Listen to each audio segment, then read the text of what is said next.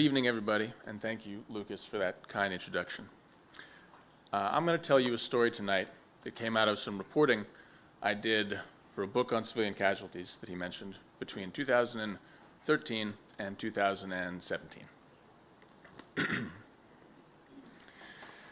On September 15th, 2014, in Iraq, in Tikrit, a city north of Baghdad, in a neighborhood called Qadisiyah 2, Nazan Mohammed and his wife, Sundus, were finishing lunch in their living room, and their kids had just gotten up to play, when an enormous explosion blew in the windows of their house.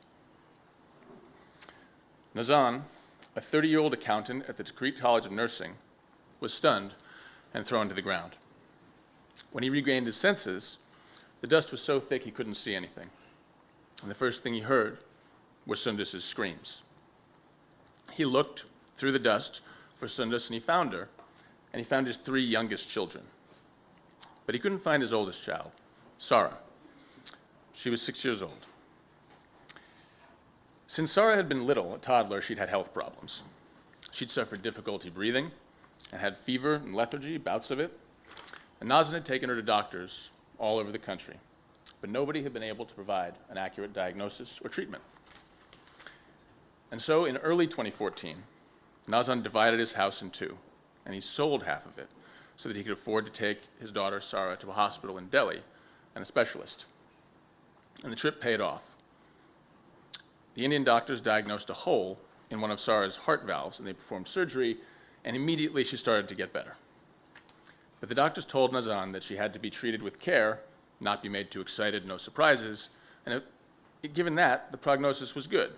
There would have to be another operation. But this was good news, and father and daughter returned to Tikrit optimistically in spring of 2014. But in late spring, early summer, ISIS arrived in Tikrit, and it paralyzed the city. Nazan saw fighters coming and going from the big house across the street from his own house, and soon he noticed guards posted there. A grim summer began. 2 of Sundus's brothers, who were police officers in Tikrit, were killed by ISIS fighters. ISIS didn't shut down the College of Nursing, where Nazan worked as an accountant, but he was too frightened to go to work. He went out rarely, just for food or water. He didn't know what to do. There were shortages of everything, prices spiked, and he was worried every day about Sarah's health. He and Sundus talked about fleeing every day, but Nazan was worried that ISIS would stop them. They weren't allowed to leave, and they'd catch him, and who knows what they'd do then. And anyway, he didn't know where to go. He didn't have much money to rent a place in some other city, and the people he knew who had gone were calling and saying it's not good here. The refugees are not having a good time. So he and Sundus decided to stay put. In early September, at the end of the summer, there was this little bit of good news. A colleague of Nazan's had gone back to work at the college and called him and said, "It's okay, you can make it." So Nazan went. He went one day, he did his job, he went back home, no incident, no problem, and he thought, okay, maybe life can start to return to normal, or if not normal, would just be improved a little bit. And it was 2 days after this first day back that, with his ears ringing, he clawed his way through the smoke and went out to the street and found his daughter on the ground. And across the street, the big house was rubble, but Sarah was on the ground. And he knelt. She didn't seem to be bleeding, but she was barely breathing, and she was unconscious. So he picked her up. He yelled for Sundus and the kids to get in the car. He loaded Sarah in the car. He grabbed his IDs, and he drove as fast as he could to go get to the hospital and save his daughter. A few days after that, a 25-year-old woman stood in front of Nazan's house and snapped a picture of the rubble across the street. She felt a certain satisfaction. As far as she was concerned, she was personally responsible for the American airstrike that had destroyed this ISIS headquarters. No one, she believed, suspected her of anything. The mission was accomplished. ISIS fighters killed, stinking in the rubble, and she was safe. This woman, Sabrine, grew up in Al-Alam, a village on the outskirts of Tikrit, a place that's famous actually as the birthplace of Saddam Hussein. When Sabrine was 14 in 2003, American troops arrived, and soon after that, Al-Qaeda in Iraq, which had never existed before in Tikrit, emerged to fight the Americans. ISIS was an evolution and an outgrowth of that earlier group. At 14, Sabrine was finished with school and stayed home with her mother and sisters to take care of their small household. Income from the family came from the government. Her father was a retired police officer, and her world consisted of house, market, mosque, and occasional visits to family members, and the assumption of marriage, which came soon. When Sabrine was 20, in 2009, a cousin who'd seen her at a wedding approached her aunts to negotiate a marriage, and the second time Sabrine met this cousin, they got married. 9 months later, she gave birth to a son. But before her first anniversary, Sabrine decided she wanted a divorce. She claimed that her husband was disrespecting and beating her.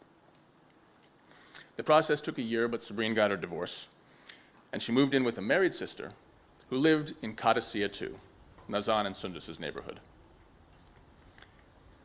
Not knowing what to do next, Sabrine kept doing what she'd been doing all year. She went to court. She liked the court. She enjoyed the legal proceedings. It was better than being at home. She liked the drama. She had friends there.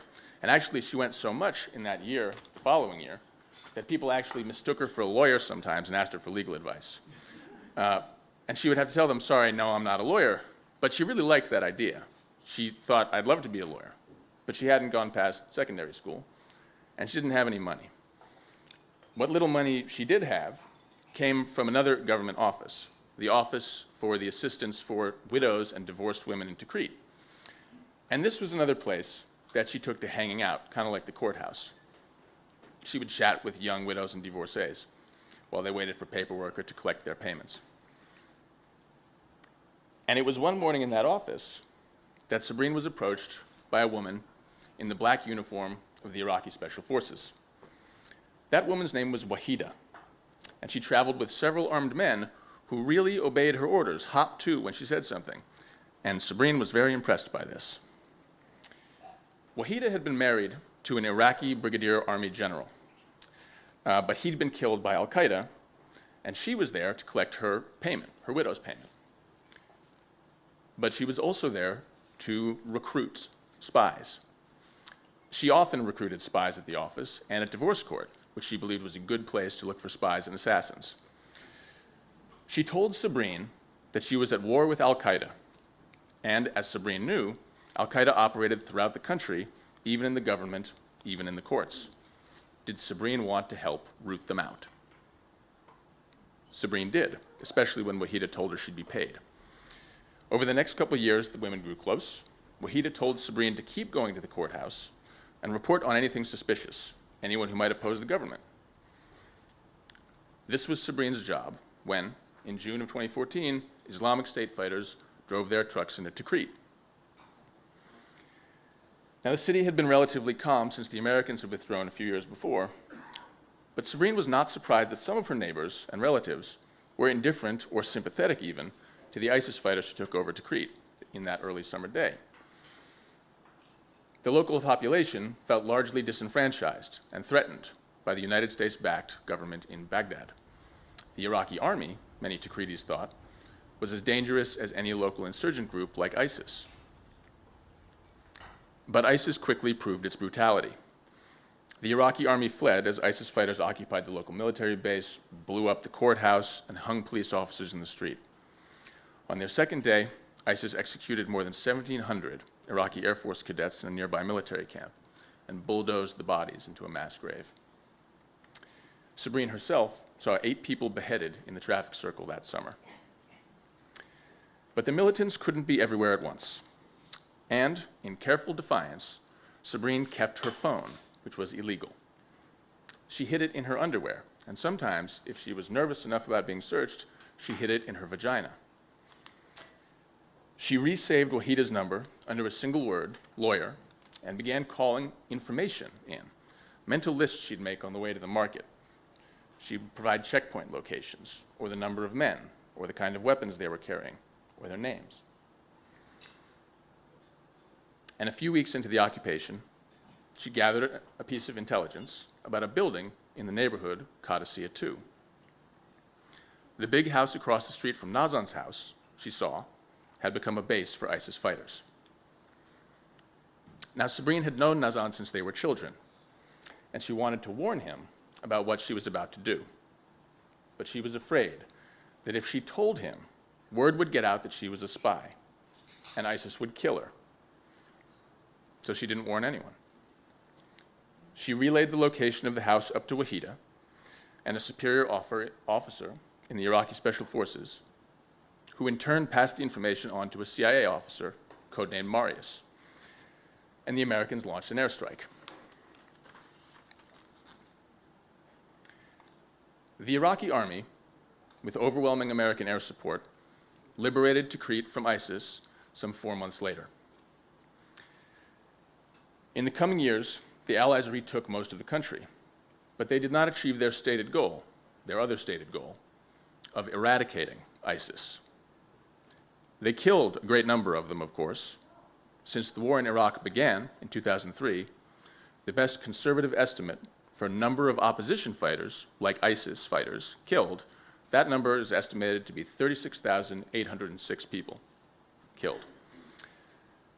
Still, the group, much diminished, persists underground. And in the course of that killing, civilians were killed too. The best conservative estimate for that number, the number of civilians killed in the course of killing those opposition fighters, since 2003, is 186,694, which is roughly 150,000 more people.